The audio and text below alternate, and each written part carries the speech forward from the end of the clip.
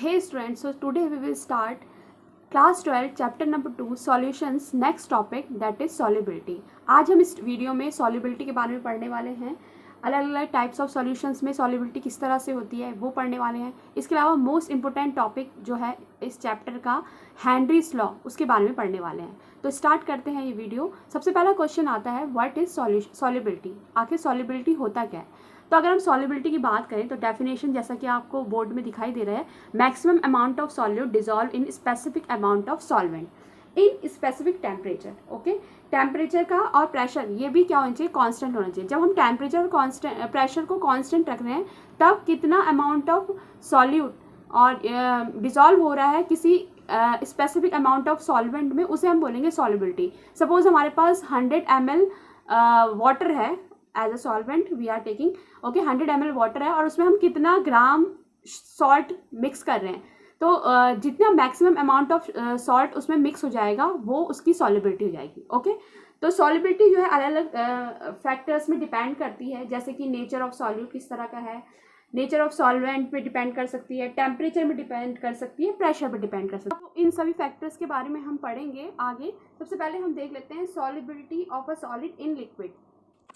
तो solubility solid in a liquid में समझने के लिए पहले हमें ये समझना होगा कि हर सॉलिड जो है वो हर लिक्विड में डिज़ोल्व नहीं हो सकता। जैसे ये एग्जांपल देखिए, जब हम शुगर को वाटर में डिज़ोल्व करेंगे तो वो ईज़िली वाटर में डिज़ोल्व हो जाएगी। जैसा आप देख सकते हैं शुगर को हम वाटर में डिज़ोल्व कर रहे हैं तो वो ईज़िली डिज़ोल्व हो रही है। बट अगर हम इसे बेंजीन में डिज़ोल्व करते शुगर को तो वो डिज़ोल्व नहीं होती। लेकिन अगर हम नैफ्थलीन की बॉल्स को बेंजीन में डिज़ोल्व करें, जैसा आप देख सकते हैं नैफ्थलीन की बॉल्स को हमने बेंजीन में डाला तो वो ईज़िली डिज़ोल्व हो जाएगी। लेकिन अगर हम इसे वाटर में डिज़ोल्व करते तो ये डिज़ोल्व नहीं होती। शुगर एंड वाटर दोनों ही पोलर सॉल्वेंट हैं और वाटर दोनों ही क्या हैं, दोनों ही पोलर सॉल्वेंट होते हैं। ठीक है, पोलर सॉल्वेंट के बारे में मुझे बताने की जरूरत नहीं है क्योंकि ये मैं बहुत बार एक्सप्लेन कर चुकी हूँ आपको पोलैरिटी के बारे में। ओके, तो पोलर सॉल्वेंट होने की वजह से दोनों एक साथ मिक्स हो जाते हैं ईजिली। बट अगर हम बात करें नैफ्थलीन नॉन पोलर होने की वजह से वाटर में मिक्स नहीं हो पाता है, तो हम कह सकते हैं कि like dissolve like.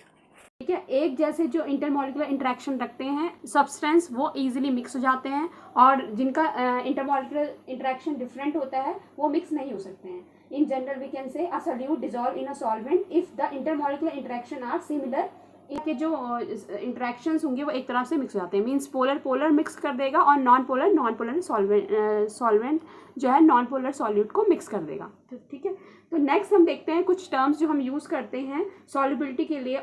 Solid in a liquid, of solid in liquid, तो वो है व्हेन डिसोल्यूशन। इस प्रोसेस को बोलते हैं डिसोल्यूशन। ये बेसिकली होती क्या है, जैसे कि अगर आप अभी हमने एक देखा था वाटर, और वाटर में मैं सॉल्ट डाली थी, मिक्स कर रही थी। ठीक है, तो वो सॉल्ट क्या है, डिज़ोल्व हो जा रहा था उसमें वाटर में, जिससे क्या हो रहा था, कंसंट्रेशन इंक्रीज हो रहा था। कंसंट्रेशन इंक्रीज होगा ना, अगर particles increase, number of particle increase हो रहे हैं तो उनका कंसंट्रेशन इंक्रीज होगा। तो इस प्रोसेस को हम बोलते हैं डिसोल्यूशन। सिंपल है, वाटर में हमने सॉल्ट ऐड किया या शुगर ऐड किया, कुछ भी आप ऐड कर रहे हो और वो मिक्स हो जा रहा है, तो उसकी वजह से क्या हो रहा है, कंसंट्रेशन इंक्रीज हो रहा है और ये प्रोसेस हो जाएगी डिसोल्यूशन। अब डिसोल्यूशन की अपोजिट प्रोसेस होती है क्रिस्टलाइजेशन।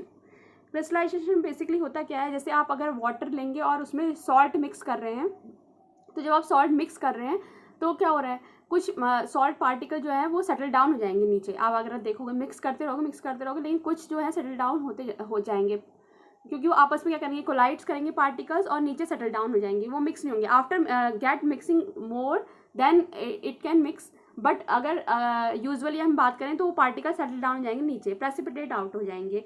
ठीक है, तो इस प्रोसेस को बोलेंगे क्रिस्टलाइजेशन। डिसोल्यूशन की अपोजिट प्रोसेस है क्रिस्टलाइजेशन। ठीक है, और में अगर हम बात करें इक्विलिब्रियम की, इक्विलिब्रियम जब दोनों ये दो प्रोसेस क्या हो जाएं, इनका जो रेट है वो इक्वल हो जाए तो हम उसे इक्विलिब्रियम कहेंगे। तो अगर हम किसी सैचुरेटेड सॉल्यूशन की बात करें, नेक्स्ट हमारा जो टर्म आ रहा है वो सैचुरेटेड सॉल्यूशन ही आ रहा है। ठीक है, तो उससे पहले ये जो डेफिनेशंस हैं इन्हें आप नोट कर लें या इसका स्क्रीनशॉट ले लें। अगर हम बात करें सैचुरेटेड सॉल्यूशन की, तो ऐसा सॉल्यूशन जिसमें हम अब जो है सॉल्यूट नहीं मिक्स कर सकते, मतलब जैसे सपोज हम डिसोल्यूशन प्रोसेस करे जा रहे हैं और जब एक ऐसा टाइम आ रहा है जब क्या हो रहा है, सॉल्यूशन अब मैक्सिमम कंसंट्रेशन में पहुंच चुका है, इसके बाद वो क्या है, वो सॉलिड जो है अब उसे डिजॉल्व नहीं कर सकता है। जैसे एग्जांपल ले लो, वाटर सॉल्ट का ही ले लेते हैं। वाटर में हम सॉल्ट डालते रह रहे हैं तो मिक्स होता जा रहा है, होता जा रहा है, होता जा रहा है। एक कंडीशन ऐसी आएगी जब वो मिक्स होना बंद कर देगा, क्योंकि सॉल्ट का जो क्वांटिटी है कुछ ज़्यादा ही हो गई है, मैक्सिमम हो गई है, ठीक है। तो उस सॉल्यूशन को जहाँ तक वो क्या है, इनको मिक्स कर पा रहा था और अब उसने मिक्स करना बंद कर दिया, तो उस लेवल को हम बोलेंगे जहाँ पे no more solute dissolve in water if you will taking solvent water as a solvent, तो उस सॉल्यूशन को हम बोलेंगे सैचुरेटेड सॉल्यूशन, ठीक है, समझ में आ गया। तो जब हम सैचुरेटेड सॉल्यूशन की बात करें तो जब रेट ऑफ डिसोल्यूशन इक्वल हो जाएगा रेट ऑफ क्रिस्टलाइजेशन के, ठीक है, उसको हम बोलेंगे वो क्या है, इक्विलिब्रियम है, इक्विलिब्रियम है, ठीक है। तो सॉल्यूट जब सॉल्वेंट में मिक्स कर रहे हैं और वो सॉल्यूशन बन जा रहा है तो डिसोल्यूशन है, और सॉल्यूशन जब फिर से क्या हो रहा है, सॉल्यूट और सॉल्वेंट में ब्रेक हो जा रहा है तो वो क्या है, क्रिस्टलाइजेशन है। दोनों क्या है, एक दूसरे के अपोजिट प्रोसेस है। तो ये 3 टर्म्स आपको समझ में आ गए होंगे। इसके बाद नेक्स्ट टर्म आता है अनसैचुरेटेड सॉल्यूशन। तो अगर सैचुरेटेड सॉल्यूशन का हमने डेफिनेशन देखी, when no more solute can dissolve in some liquid, so we can say this is a saturated solution. तो अगर हम बात करें अनसैचुरेटेड सॉल्यूशन की तो क्या हो जाएगा, मोर solute can be dissolve in a liquid. तो जब तक क्या है उसमें हम किसी पर्टिकुलर लिक्विड में सॉलिड मिक्स होता जा रहा है, मतलब जो हम सॉल्यूट ले रहे हैं वो मिक्स होता जा रहा है, जब तक वो हो रहा है तब तक वो सॉल्यूशन कौन सा है, अनसैचुरेटेड सॉल्यूशन है। जैसे उन्हें मिक्स होना बंद कर दिया, वो सॉल्यूशन किस में टर्न आउट हो गया, सैचुरेटेड सॉल्यूशन में।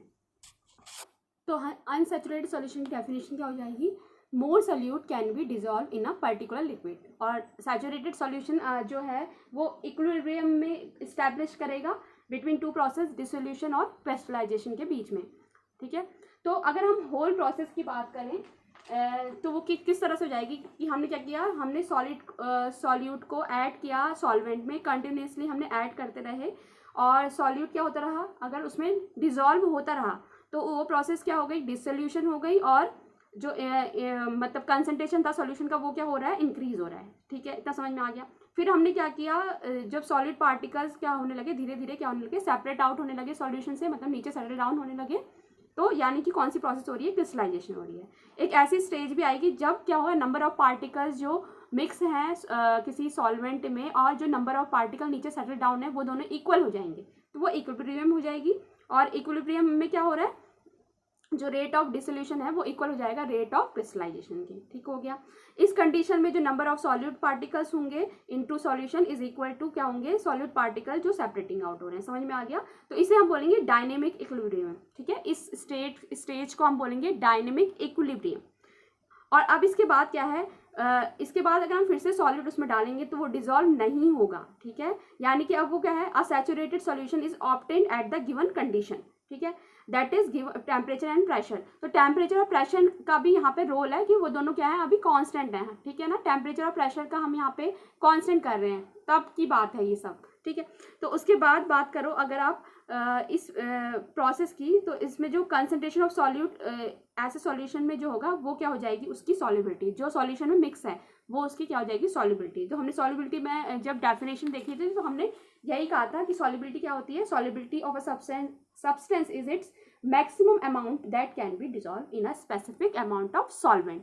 तो ये था हमारा कुछ टर्म्स जो हम यूज़ करते हैं सॉल्युबिलिटीज ऑफ सॉलिड इन लिक्विड्स। अब हम देखेंगे कुछ फैक्टर्स जो अफेक्ट करते हैं सॉल्युबिलिटी को of a solid in a liquid. अगर हम फैक्टर्स की बात करें जो सॉल्युबिलिटी को अफेक्ट करते हैं of solid in a liquid, तो जैसा कि आप बोर्ड में देख सकते हैं हम 3 फैक्टर्स को डिस्कस करने वाले हैं। पहला है types of solute and solvent, जो कि मैं स्टार्टिंग जब हो रही थी इस टॉपिक की तब भी मैं आपको समझा चुकी हूँ कि क्या और आयनिक सॉलिड्स होते हैं वो वाटर में इजीली सॉल्युबल हो जाते हैं, बट जो नॉन पोलर सॉलिड्स होते हैं वो ज़्यादातर ऑर्गेनिक सॉल्वेंट्स जो होते हैं लाइक बेंजीन एंड अदर, उनमें जो है वो डिजॉल्व हो जाएंगे बट वो वाटर में डिजॉल्व नहीं होते हैं, जिसे हम कह सकते हैं लाइक डिजॉल्व्स लाइक।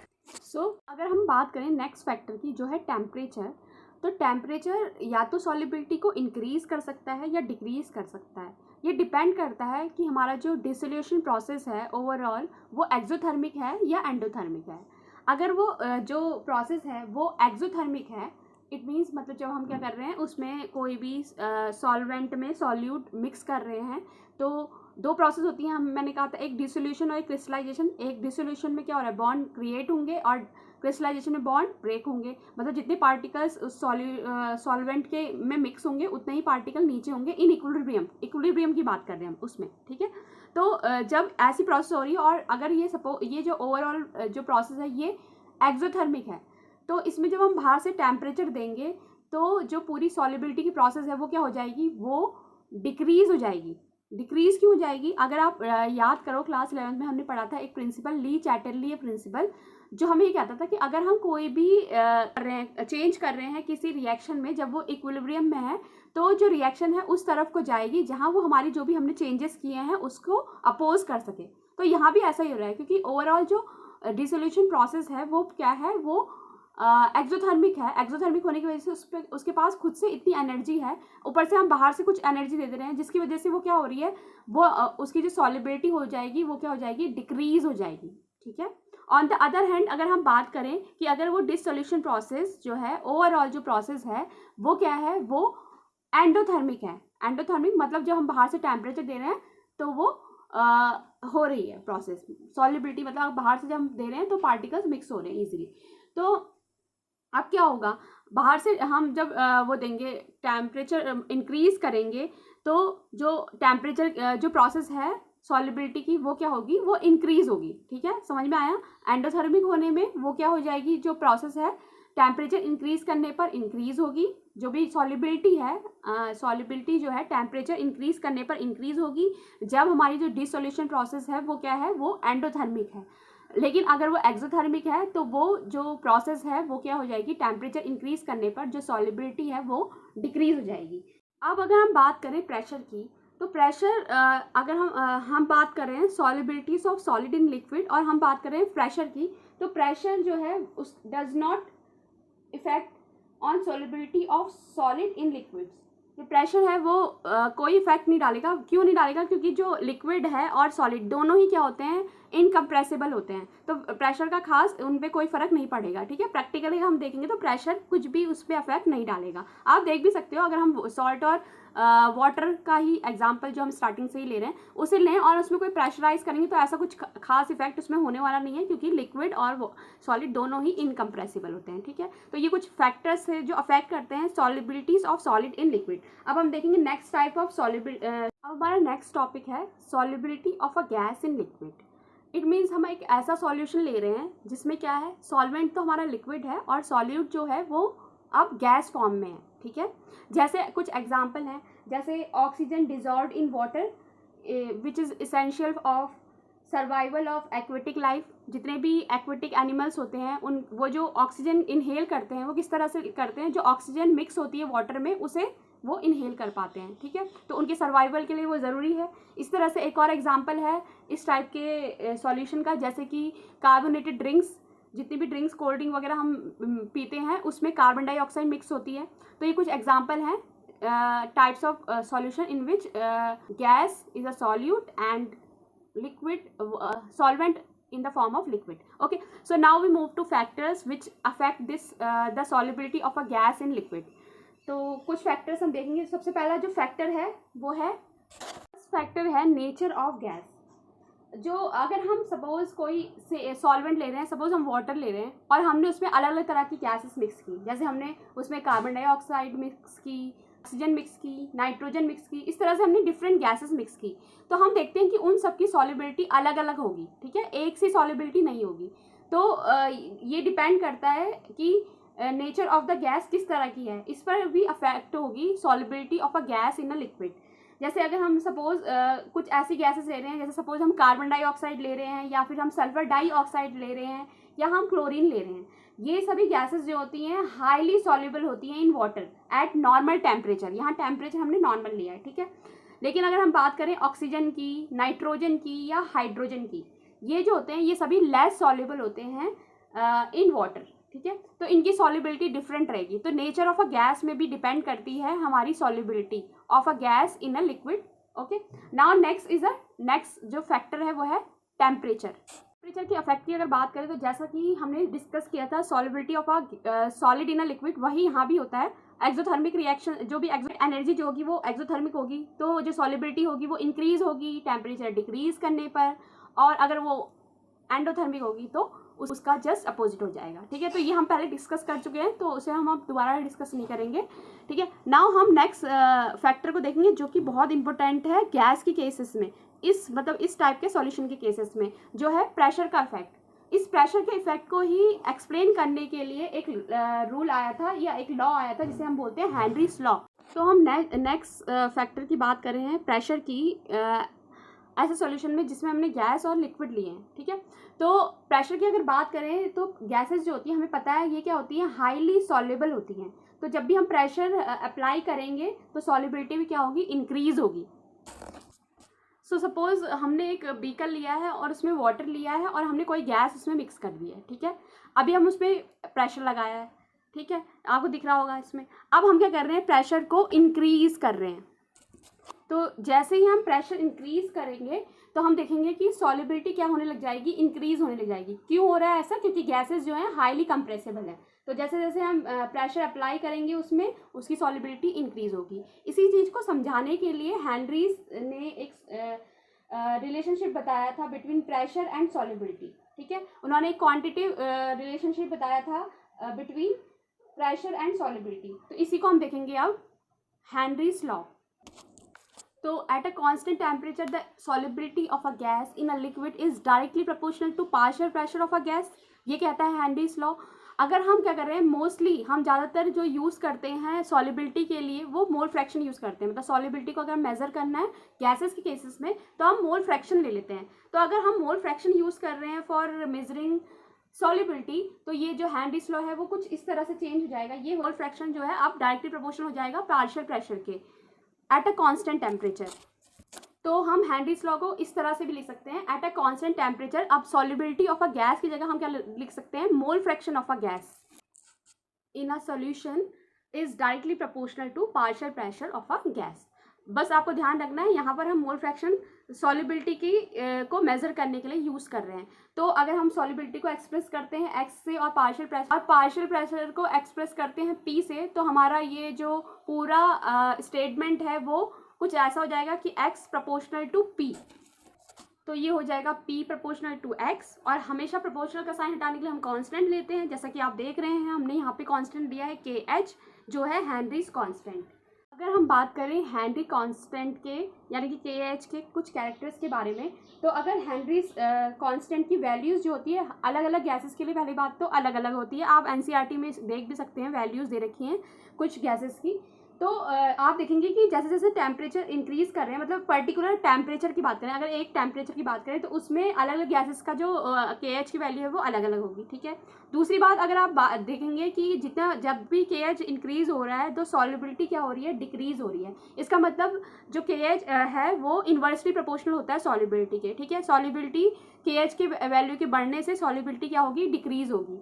ठीक है, जैसे कि आप जैसे नाइट्रोजन या ऑक्सीजन की बात करें तो वो इंक्रीज अगर kh की वैल्यू इंक्रीज हो रही है टेम्परेचर इंक्रीज होने की वजह से, तो जो सॉल्युबिलिटी होगी वो क्या हो जाएगी, डिक्रीज हो जाएगी। ठीक है, टेम्परेचर के इंक्रीज होने से सॉल्युबिलिटी डिक्रीज हो जाएगी। इसीलिए यही रीज़न है एक्वेटिक स्पीसीज का जो वो मोर कंफर्टेबल होती हैं कोल्ड वाटर में। ठीक है, आप देखोगे कि वो ठंडे वाटर में जो है कुछ फिशेस वगैरह जो होंगी वो ज़्यादा कंफर्ट फील करते हैं, कंफर्ट दिखाई देते हैं, क्योंकि क्या हो रहा है यहाँ पर सॉल्युबिलिटी जो है गैसेस की इंक्रीज हो रही है, तो ऑक्सीजन उन्हें इजीली अवेलेबल हो जा रही है, तो इस वजह से वो मोर कंफर्टेबल दिखेंगे। बट अगर हम बात करें वार्म वाटर की तो उसमें थोड़ा सा उनको अनईजी फील होगा, क्योंकि वहाँ पे जो सॉल्युबिलिटी है वो गैसेस की डिक्रीज हो जा रही है। ठीक है, चलो अब हम बात करते हैं एप्लीकेशन ऑफ हेनरीज लॉ की। एप्लीकेशंस की बात करें हेनरीज लॉ के, तो आप देख सकते हैं बोर्ड में मैंने 3 चीज़ें लिखी हैं, production of carbonated drinks, and second is in deep sea diving, and third is mountaineerings. तो हम इन तीनों को ही डिस्कस करने वाले हैं। एप्लीकेशंस यही हैं हेनरीज लॉ की। तो फर्स्ट है प्रोडक्शन ऑफ कार्बोनेटेड ड्रिंक्स। तो बेसिकली आप देखते होंगे कुछ ड्रिंक्स, जैसा कि मैंने अभी आपको एग्जांपल भी दिया था, कोल्ड ड्रिंक्स वगैरह में कार्बन डाइऑक्साइड मिक्स होती है। ठीक है, तो अगर हम क्या करेंगे, हम हेनरीज लॉ की बात करें तो यानी कि हम किसकी बात कर रहे हैं, प्रेशर की बात कर रहे हैं। तो आप देखते होंगे बॉटल्स को जब आप मार्केट से लेके आते होंगे तो वो टाइटली पैक्ड होती हैं। वो टाइटली क्यों पैक्ड होती हैं, प्रेशराइज क्यों किया जाता है उन्हें, ताकि जो प्रेशर है वो ज़्यादा रहे। जैसे जितना ज़्यादा प्रेशर होगा उतनी ही ज़्यादा वो जो गैस होगी कार्बन डाइऑक्साइड वो मिक्स होगी उसमें, जिसकी वजह से उसका जो टेस्ट होगा वो इन्हांस होगा। टेस्ट आप देखते भी होंगे कोल्ड ड्रिंक्स को जब आप ओपन कर देते होंगे 2-3 दिन बाद अगर आप उसे ड्रिंक करेंगे तो आपको टेस्ट में चेंजेस फील होता है ना। तो क्योंकि अब हमने जब उसे खोल दिया उसका ढक्कन, तो अब हमने प्रेशर को जो है डिक्रीज कर दिया, जिसकी वजह से निकल जाएगी, जिस वजह से क्या है जो कोल्ड ड्रिंक होगी वो अब थोड़ा सा उसका टेस्ट चेंज हो जाएगा। ठीक है, तो यहाँ पर एप्लीकेशन जो है हेनरीज लॉ अप्लाई हो रहा है ना, प्रेशर हम इंक्रीज कर रहे हैं तो सॉल्युबिलिटी इंक्रीज हो रही है। जैसे हमें कैप खोल दिया कोल्ड ड्रिंक का तो अब क्या है गैस जो है वो बाहर निकल गई, तो इसलिए अब जो उसका टेस्ट है थोड़ा सा चेंज हो गया। ठीक है, तो इंक्रीज सॉल्युबिलिटी कार्बन डाइऑक्साइड की इंक्रीज करने के लिए जो भी ड्रिंक्स हैं उनको क्या किया जाता है, उन्हें अंडर हाई प्रेशर सील्ड किया जाता है। ठीक है, अब नेक्स्ट है हमारा इन डीप सी डाइविंग। तो स्कूबा डाइविंग्स जो करते हैं जो लोग, जो डीप सी डाइवर्स होते हैं, नीचे जाते हैं, वो क्या करते हैं, वो ब्रीथ कर रहे हैं एयर को एट हाई प्रेशर, क्योंकि अंडर वाटर क्या होगा, प्रेशर हाई होगा। जैसे जैसे वो नीचे जाते रहेंगे प्रेशर हाई होता जाएगा, और जितना ज़्यादा प्रेशर उतनी ज़्यादा सॉल्युबिलिटी भी इंक्रीज होगी, है ना, अकॉर्डिंग टू हेनरीज लॉ।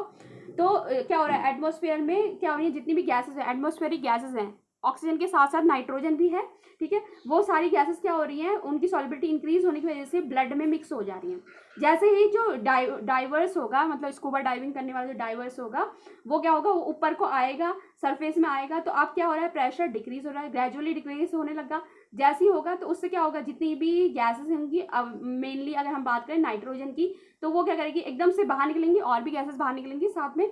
ठीक है, तो मेनली हम यहाँ पे नाइट्रोजन की बात करें तो नाइट्रोजन के बाहर निकलने से क्या होगा, जो ब्लड कैपिलरीज होंगी उनमें वो ब्लॉकेज आ जाएंगे, या उसे हम बैंड बोलते हैं, बैंड आ जाते हैं। ठीक है, जो कि बहुत पेनफुल होते हैं। कभी कभी जो होता है स्कूबा डाइविंग करने वाले जो स्कूबा डाइवर्स होता है उसकी डेथ भी हो जाती है उन बैंड से।